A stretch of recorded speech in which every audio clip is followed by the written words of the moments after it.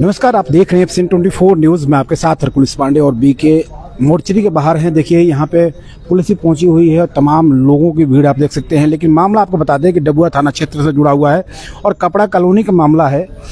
एक व्यक्ति, एक युवक जो गगन 42 साल, उसकी संदिग्ध परिस्थितियों में घर में बंद कमरे में डेड बॉडी मिलती है, वो भी फांसी पर लटके हुए।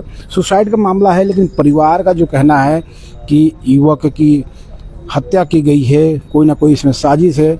और परिवार यहाँ पहुंचा हुआ है बीके मोर्चरी पे, परिवार से बातचीत करने की कोशिश करेंगे। मौके पर पुलिस भी पहुंची है और जांच अधिकारी भी हैं, जांच कर रहे हैं। लेकिन बातचीत करेंगे, जानेंगे कि आखिर क्या कुछ मामला था, कैसे युवक की मौत हुई।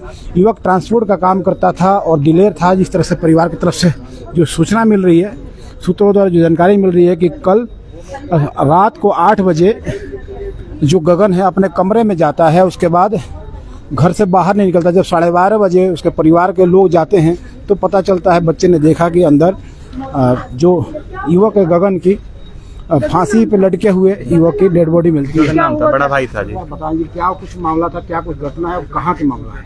भाई साहब, ये कपड़ा कॉलोनी का मामला है। सुबह पता लगी हमें 12 बजे के आसपास, जब उसका फ़ोन नहीं लग रहा था। दूध वाला भी आया था, उसने भी फ़ोन किया कि भाई अंदर से ताला लगा हुआ, खुल नहीं रहा है। तो बेटी को भेजा देखने के लिए कि बड़े पापा को देख के आओ कि कैसे फ़ोन नहीं उठा रहा वो।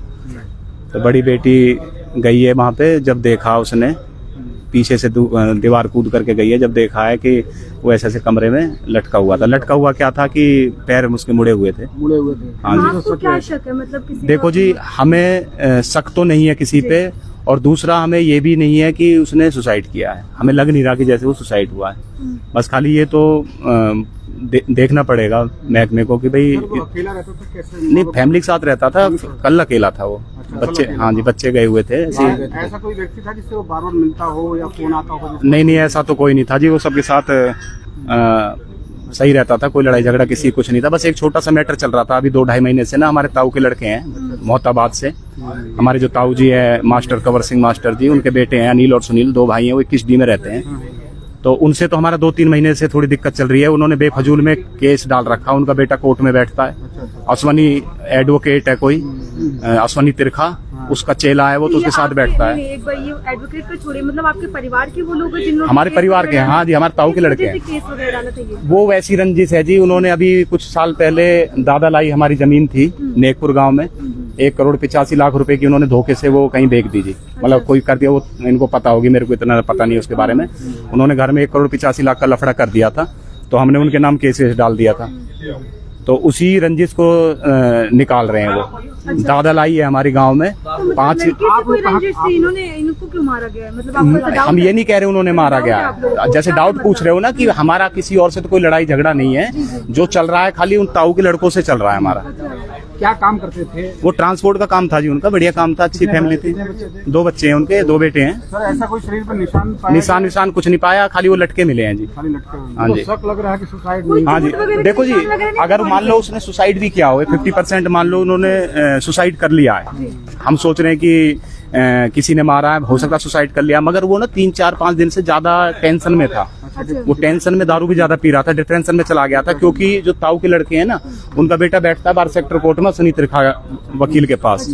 वो काम सीखता है, चेला है उसका। एडवोकेट है, देखिए चेला है, हाँ, बात हो जाती है। चेला है उसका, तो वो उनके पैसे नहीं लगते ना जी। नहीं, देखिए एडवोकेट से हम बीच में नहीं ला सकते। एडवोकेट काम कर रहे, क्या सुनो मेरे, एडवोकेट ही है उस केस का मेन जो वकील है ना, वो एडवोकेट है उसका।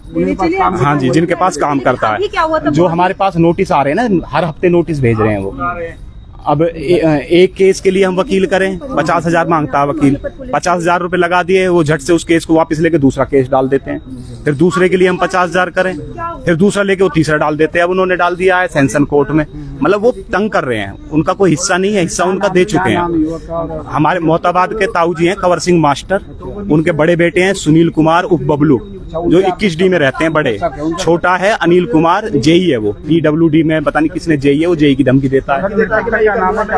गगन नाम है जी। हाँ जी। ये धमकी देते हैं कि हम ये कर देंगे। अगर सुसाइड किया उसने तो वो 5-6 दिन से बॉर्डरेशन में ये इसी चीज में था और किसी में नहीं था। कल की तारीख दे रखी है उन्होंने एक की, कल फिर हमें 50,000 का वकील करना पड़ेगा बेफजूल का।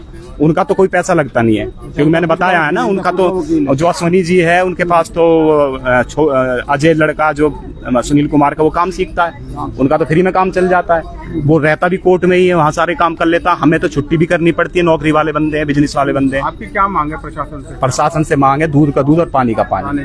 भाई ने सुसाइड किया है, पहले देखा सुसाइड किया है तो क्यों किया है, और हाँ जी, और उसको या तो मार के लटकाया है, सारी चीज देखो पता लगेगी जब ना, क्योंकि मैंने वीडियो दिखाई है, लग नहीं रहा जैसे उसने सुसाइड किया। लग रहा है अब मतलब उम्र कितनी थी? 42 साल की उम्र थी जो उसकी। हाँ जी। कि पहले किसने देखा है? सबसे पहले देखा मेरी बेटी ने जी। हाँ, फिर मैं फिर वो पड़ोस में 2-3 लड़कों ने देखा, फिर मैं गया हूँ। मतलब आपके भाई आप वो थे? हाँ जी, बड़े भाई थे। बड़े भाई थे? हाँ जी। और मोहताबाद के नहीं जी, हम रहते कपड़ा कॉलोनी में। मोहताबाद हमारा गाँव है। गाँव है? हाँ। देखिए कपड़ा कॉलोनी में गगन 42 साल जो कि ट्रांसपोर्ट का काम करते थे, अचानक वो घर में जाते हैं रहने के लिए, घर से बाहर नहीं निकलते थे। जब उनके बड़ा भाई उनके भतीजी जब वहाँ से पता करने के लिए जाती है तो पता चलता है कि वो फांसी के फंदे पे लटके हुए हैं। और उसके बाद वो कहीं ना कहीं आरोप जी सेक्टर 21 डी में रहते हैं सुनील कुमार, अनिल कुमार। अगर वो सच है तो धर्म वचन तो लाइव भी खा सकता आदमी, धर्म खा के कह दे कि हमने झूठ बोला है जी, ये हमने सारी बात सच बताई है। 1,85,00,000 रुपए का लफड़ा कर दिया है हमने। अगर थोड़ा सा पैर उठाया कि भाई तुमने लफड़ा क्यों किया है, तो अब रंजिश निकाल रहे हैं। लेकिन भाई साहब जब आप किसी का नाम ले रहे हैं, बता रहे हैं, हो सकता है कि कोई ऐसा और कोई मैटर हो, उन लोगों का इसमें कोई हाथ ना हो। ये तो पुलिस करेगी ना जी। हमने तो ये तो नहीं कहा कि 100% वही है। आप लोगों ने कहा कि शक, तो हम तो ये कह रहे हैं कि शक हमें उस पे है खाली। शक है और यहाँ किसी से मतलब मुकदमा चल वो ना हो सकता किसी मैंने ये भी बताया कि वो दबाव में चल रहे हैं। बड़े भाई के मेरे पास भी नोटिस आ रहे हैं। मैंने भी लाखों रुपए खर्च किया कोर्ट में। मैं भी परेशान हूँ, काम धंधा छोड़ के मैं भी जाता हूँ कोर्ट में तारीख लेने।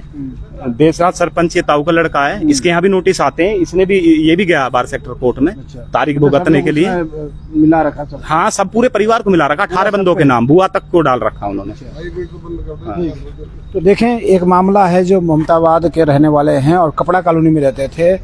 और हुआ क्या है कि एक व्यक्ति की संदिग्ध परिस्थितियों में मौत होती है घर में, तो परिवार जाता है। उसके बाद वो फांसी के फंदे पे लटका गगन, जिसकी 42 साल उम्र थी, वो ट्रांसपोर्ट का काम करता था और उसकी मौत हो गई है। परिवार की तरफ से तमाम तरह के आरोप लगाए जा रहे हैं ताऊ के लड़के पे, और कहा जा रहा है कि 1,85,00,000 का कोई लेन देन या कोई मुकदमा या तमाम चीज़ें चल रही थी। लेकिन क्या कुछ है, ये सब जांच होने के बाद ही पता चल पाएगा। इसकी हम पुष्टि नहीं करते ना, हमारा कोई चैनल पुष्टि करता है। तमाम आरोपों का जब जांच होगा उसके बाद ही खुलासा हो पाएगा कि आखिर गगन 42 साल उम्र जिसकी थी उसकी आखिर मौत कैसे हुई। फिलहाल ऐसी खबरों के साथ आप जुड़े रहें, आपको अन्य महत्वपूर्ण खबरों के साथ जोड़ेंगे। नमस्कार।